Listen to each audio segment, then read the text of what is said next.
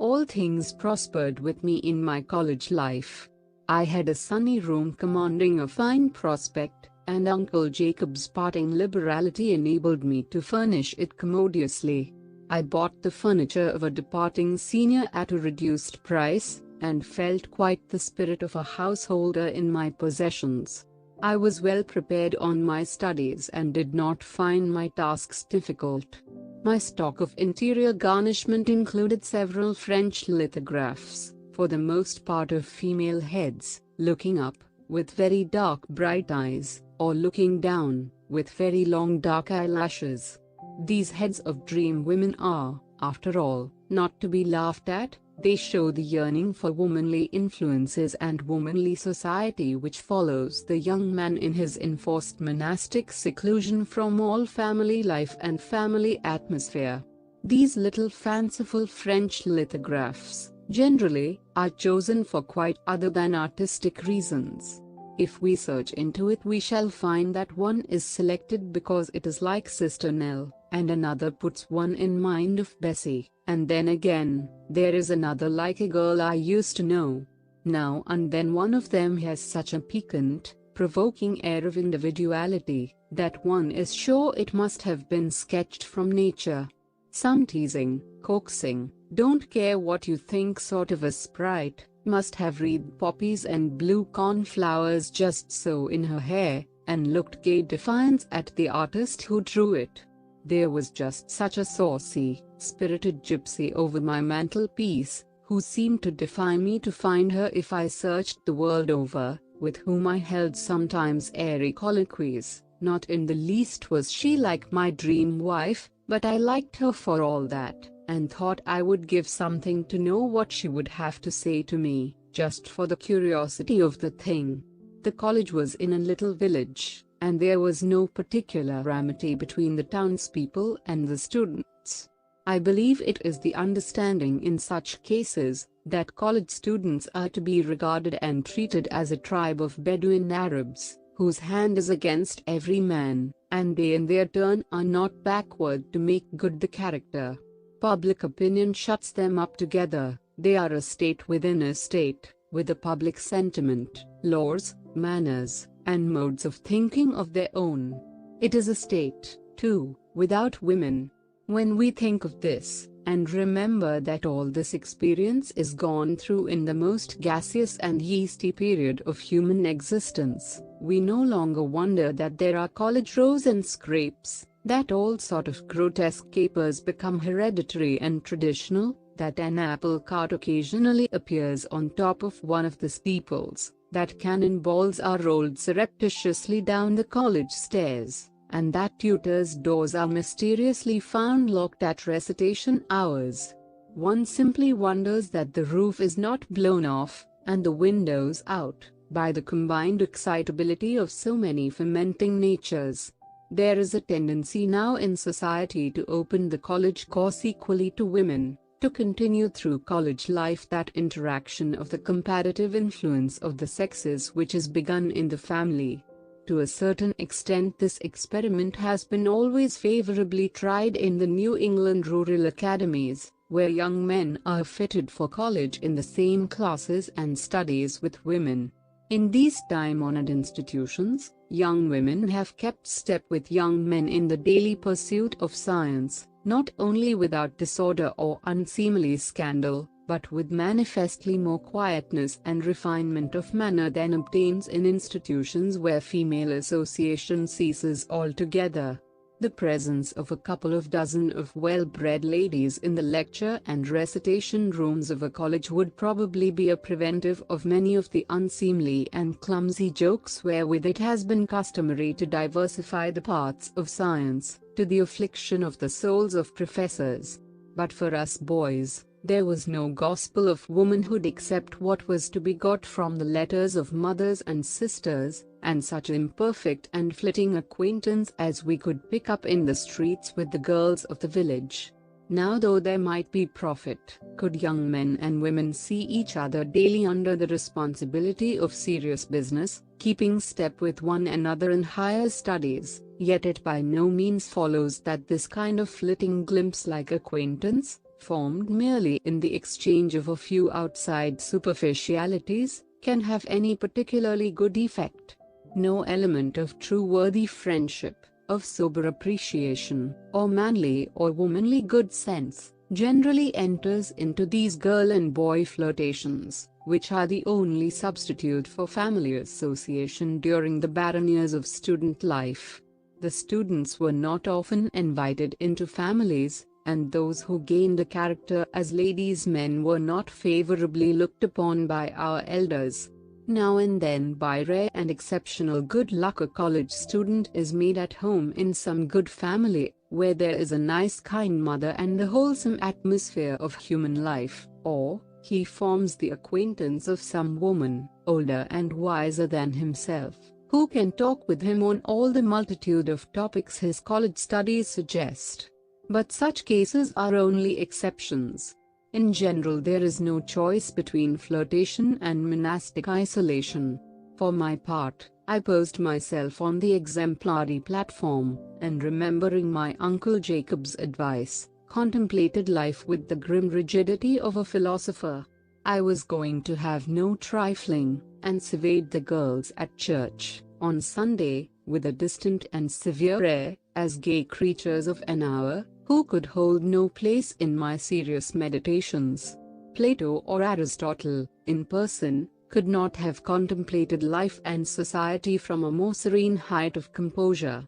I was favorably known by my teachers, and held rank at the head of my class, and was stigmatized as a dig by frisky young gentlemen who enjoyed rolling cannon balls downstairs, taking the tongue out of the chapel bell, greasing the seats, and other threadbare college jokes, which they had not genius enough to vary, so as to give them a spice of originality. But one bright June Sunday, just one of those days that seem made to put all one's philosophy into confusion, when apple blossoms were bursting their pink shells, and robins singing, and leaves twittering and talking to each other in undertones, there came to me a great revelation. How innocently I brushed my hair and tied my necktie, on that fateful morning, contemplating my growing moustache and whiskers hopefully in the small square of looking-glass which served for me these useful purposes of self-knowledge. I looked at my lineaments as those of a free young junior, without fear and without anxiety, without even an incipient inquiry what anybody else would think of them, least of all any woman, and marched forth obediently and took my wonted seat in that gallery of the village church which was assigned to the college students of congregational descent, where, like so many sheep in a pen, we joined in the services of the common sheepfold. I suppose there is moral profit even in the decent self-denial of such weekly recurring religious exercises.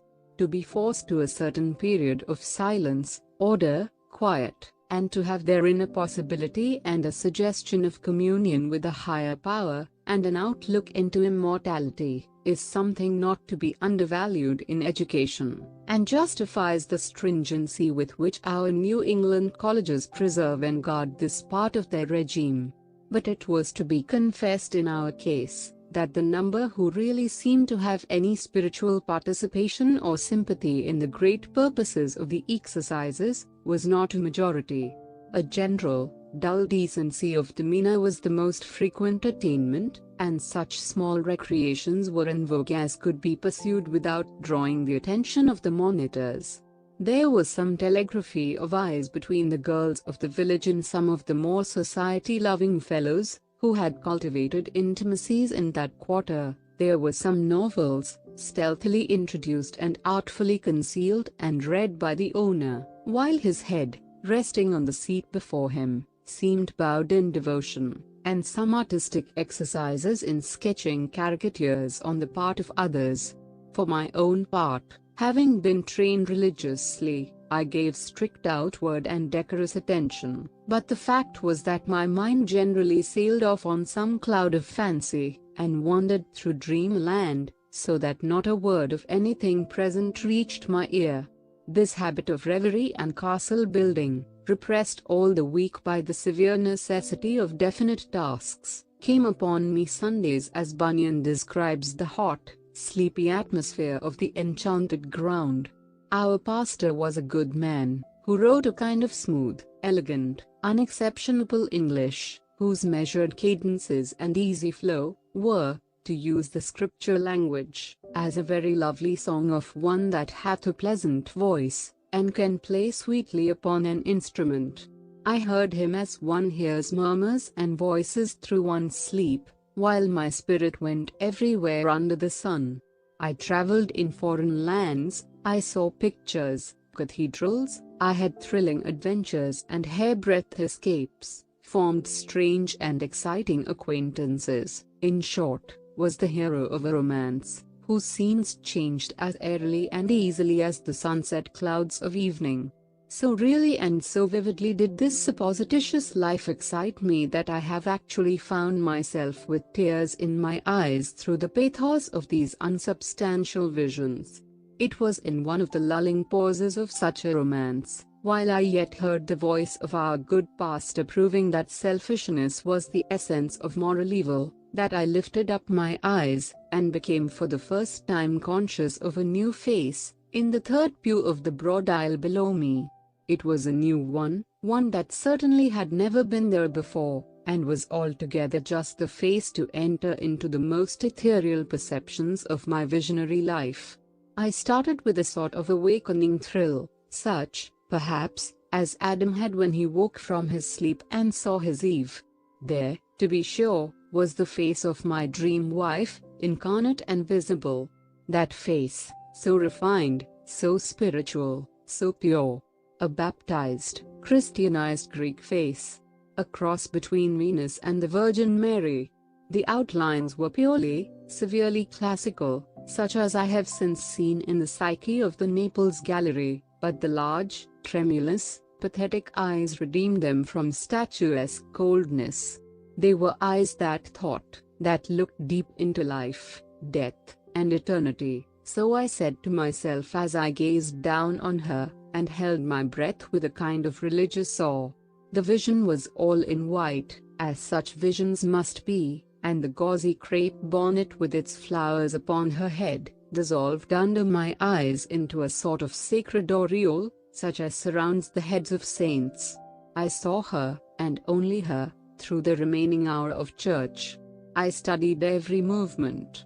The radiant eyes were fixed upon the minister, and with an expression so sadly earnest that I blushed for my own wandering thoughts, and began to endeavor to turn my mind to the truths I was hearing told. But, after all, I thought more about her than the discourse. I saw her search the hymn book for the hymn, and wished that I were down there to find it for her. I saw her standing up, and looking down at her hymns with the wonderful eyes veiled by long lashes, and singing, "Call me away from earth and sense. One sovereign word can draw me thence. I would obey the voice divine, and all inferior joys resign." How miserably gross, and worldly, and unworthy I felt at that moment. How I longed for an ideal, superhuman spirituality, something that should make me worthy to touch the hem of her garment. When the blessing was pronounced, I hastened down and stood where I might see her as she passed out of church. I had not been alone in my discoveries. There had been dozens of others that saw the same star, and there were whisperings, and elbowings, and consultings, as a knot of juniors and seniors stationed themselves as I had done, to see her pass out. As she passed by she raised her eyes slowly, and as it were by accident, and they fell like a ray of sunlight on one of our number, Jim Fellows, who immediately bowed. A slight pink flush rose in her cheeks as she gracefully returned the salutation, and passed on. Jim was instantly the great man of the hour. He knew her, it seems. "It's Miss Ellery, of Portland. Haven't you heard of her?" he said, with an air of importance. "She's the great beauty of Portland. They call her the little divinity. Met her last summer, at Mount Desert," he added, with the comfortable air of a man in possession of the leading fact of the hour, the fact about which everybody else is inquiring. I walked home behind her in a kind of trance, disdaining to join in what I thought the very flippant and unworthy comments of the boys. I saw the last wave of her white garments as she passed between the two evergreens in front of Deacon Brown's square white house, which at that moment became to me a mysterious and glorified shrine. There the angel held her tabernacle. At this moment I met Miss Dorothy Brown, the deacon's eldest daughter, a rosy-cheeked, pleasant-faced girl, to whom I had been introduced the week before. Instantly she was clothed upon with a new interest in my eyes, and I saluted her with empressement. If not the rose, she at least was the clay that was imbibing the perfume of the rose, and I don't doubt that my delight at seeing her assumed the appearance of personal admiration. "What a charming Sunday," I said, with emphasis. "Perfectly charming," said Miss Brown, sympathetically. "You have an interesting young friend staying with you, I observe," said I. "Who, Miss Ellery?" "Oh, yes. Oh, Mr. Henderson, she is the sweetest girl," said Dorothy, with effusion. I didn't doubt it, and listened eagerly to her praises, and was grateful to Miss Brown for the warm invitation to call which followed. Miss Ellery was to make them a long visit, and she would be so happy to introduce me. That evening Miss Ellery was a topic of excited discussion in our entry, and Jim Fellows plumed himself largely on his Mount Desert experiences, which he related in a way to produce the impression that he had been regarded with a favorable eye by the divinity. I was in a state of silent indignation, at him, at all the rest of the boys, at everybody in general, being fully persuaded that they were utterly incapable of understanding or appreciating this wonderful creature. "Hal, why don't you talk?" said one of them to me, when I had sat silent, pretending to read for a long time. "What do you think of her?" "Oh, I'm no ladies' man, as you all know," I said, evasively, and actually pretended not to have remarked Miss Ellery except in a cursory manner. Then followed a period of weeks and months, when that one image was never for a moment out of my thoughts. By a strange law of our being, a certain idea can accompany us everywhere, not stopping or interrupting the course of the thought, but going on in a sort of shadowy way with it, as an invisible presence. The man or woman who cherishes an ideal is always liable to this accident, that the spiritual image often descends like a mantle, and invests some very ordinary person, who is, for the time being, transfigured, a woman clothed with the sun, and with the moon under her feet.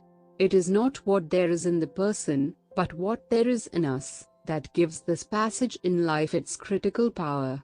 It would seem as if there were in some men, and some women, preparation for a grand interior illumination and passion, like that hoard of mystical gums and spices which the phoenix was fabled to prepare for its funeral pile. All the aspiration and poetry and romance, the upheaval toward an infinite and eternal good, a divine purity and rest, may be enkindled by the touch of a very ordinary and earthly hand, and, burning itself out, leave only cold ashes of experience.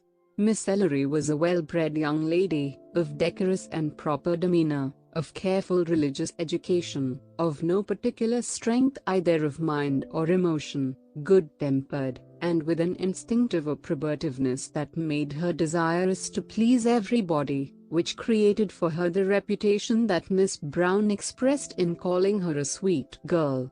She was always most agreeable to those with whom she was thrown, and for the time being appeared to be, and was sincerely interested in them, but her mind was like a well-polished looking-glass, retaining not a trace of anything absent or distant. She was gifted by nature with wonderful beauty, and beauty of that peculiar style that stirs the senses of the poetical and the ideal. Her gentle approbativeness, and the graceful facility of her manner, was such as not at least to destroy the visions which her beauty created. In a quiet way she enjoyed being adored, made love to, but she never overstepped the bounds of strict propriety. She received me with graciousness, and I really think found something in my society which was agreeably stimulating to her. I was somewhat out of the common track of her adorers. My ardor and enthusiasm gave her a new emotion. I wrote poems to her, which she read with a graceful pensiveness and laid away among her trophies in her private writing desk. I called her my star, my inspiration, my light, and she beamed down on me with a pensive purity. Yes, she was delighted to have me read Tennyson to her, and many an hour when I should have been studying, I was lounging in the little front parlour of the Brown House, fancying myself Sir Galahad, and reading with emotion how his blade was strong, because his heart was pure, and Miss Ellery murmured how lovely. And I was in paradise. And then there came wonderful moonlight evenings when every leaf stirring had a penciled reproduction flickering in light and shade on the turf, and we walked together under arches of elm trees, and I talked and quoted poetry, and she listened and assented in the sweetest manner possible. All my hopes, my plans, my dreams, my speculations, my philosophies, came out to sun themselves under the magic of those lustrous eyes. Her replies and utterances were greatly in disproportion to mine, but I received them, and made much of them, as of old the priests of Delphi did with those of the inspired maiden. There must be deep meaning in it all, because she was a priestess, and I was not backward to supply it.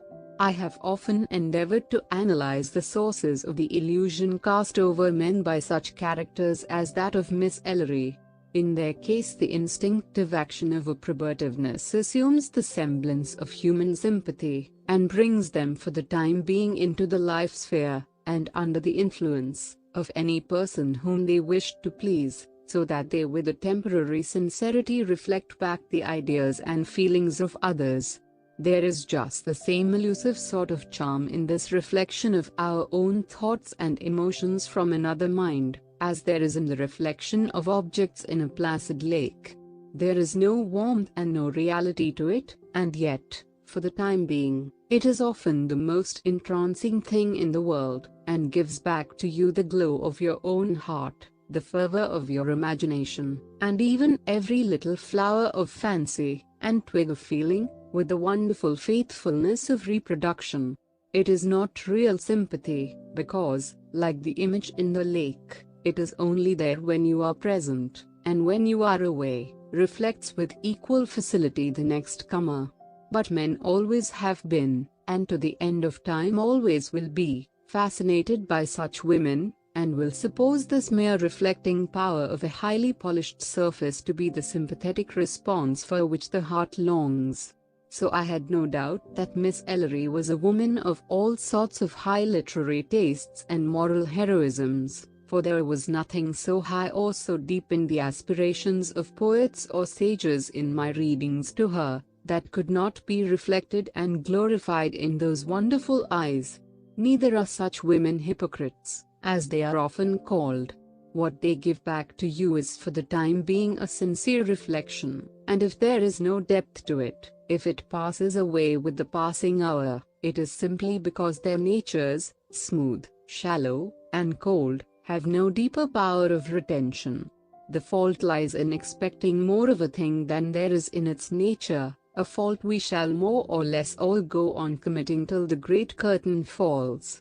I wrote all about her to my mother, and received the usual cautionary maternal epistle, reminding me that I was yet far from that goal in life when I was warranted in asking any woman to be my wife, and suggesting that my taste might later with maturity, warning me against premature commitments, in short, saying all that good, anxious mothers usually say to young juniors in college in similar circumstances.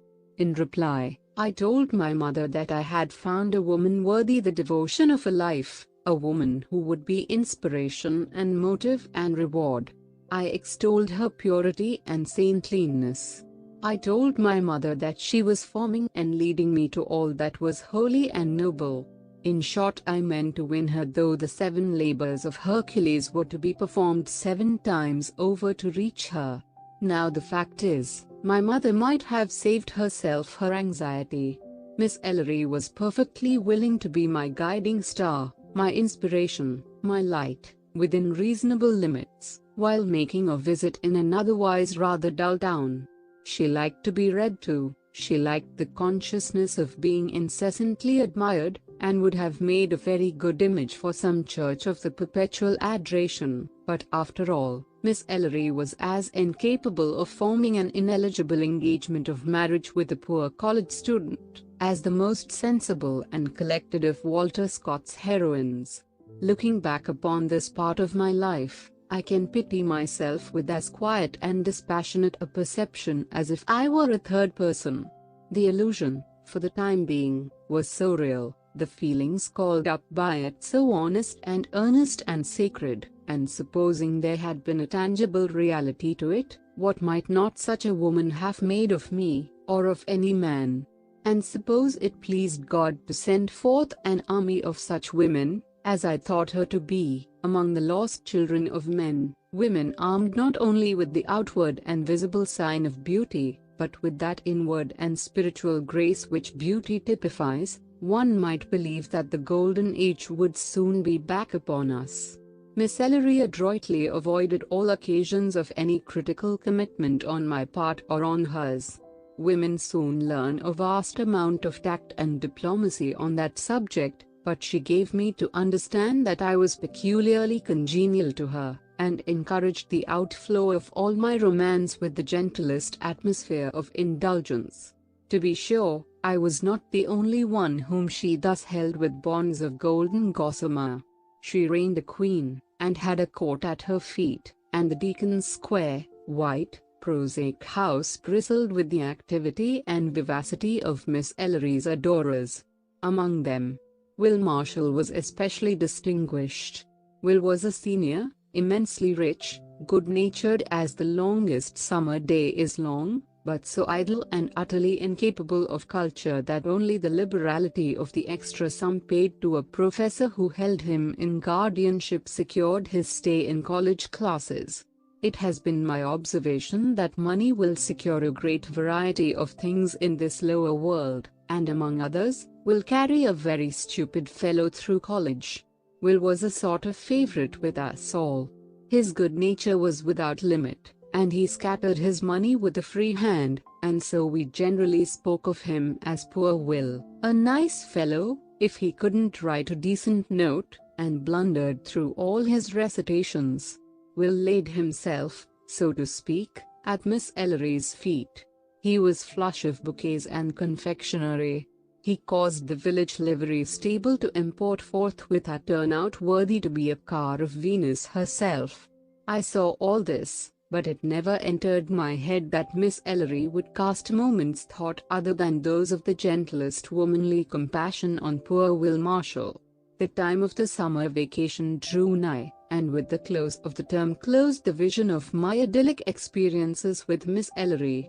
To the last, she was so gentle and easy to be entreated. Her lovely eyes cast on me such bright encouraging glances, and she accorded me a farewell moonlight ramble, wherein I walked not on earth, but in the seventh heaven of felicity. Of course there was nothing definite. I told her that I was a poor soldier of fortune, but might I only wear her name in my bosom, it would be a sacred talisman, and give strength to my arm, and she sighed, and looked lovely, and she did not say me nay. I went home to my mother, and wearied that much enduring woman, all through the vacation, with the hot and cold fits of my fever. Blessed souls! These mothers, who bear and watch and rear the restless creatures, who by and by come to them with the very heart gone out of them for love of another woman, some idle girl, perhaps, that never knew what it was either to love or care, and that plays with hearts as kittens do with pinballs. I wrote to Miss Ellery letters long, overflowing, and got back little neatly worded notes on scented paper, speaking in a general way of the charms of friendship. But the first news that met me on my return to college broke my soap bubble at one touch. I told her that I was a poor soldier of fortune, but might I only wear her name in my bosom, it would be a sacred talisman, and give strength to my arm." And she sighed and looked lovely, and she did not say me nay. Hurrah. Hal, who do you guess is engaged? I don't know. Guess. I couldn't guess. Why, Miss Ellery, engaged to Bill Marshall.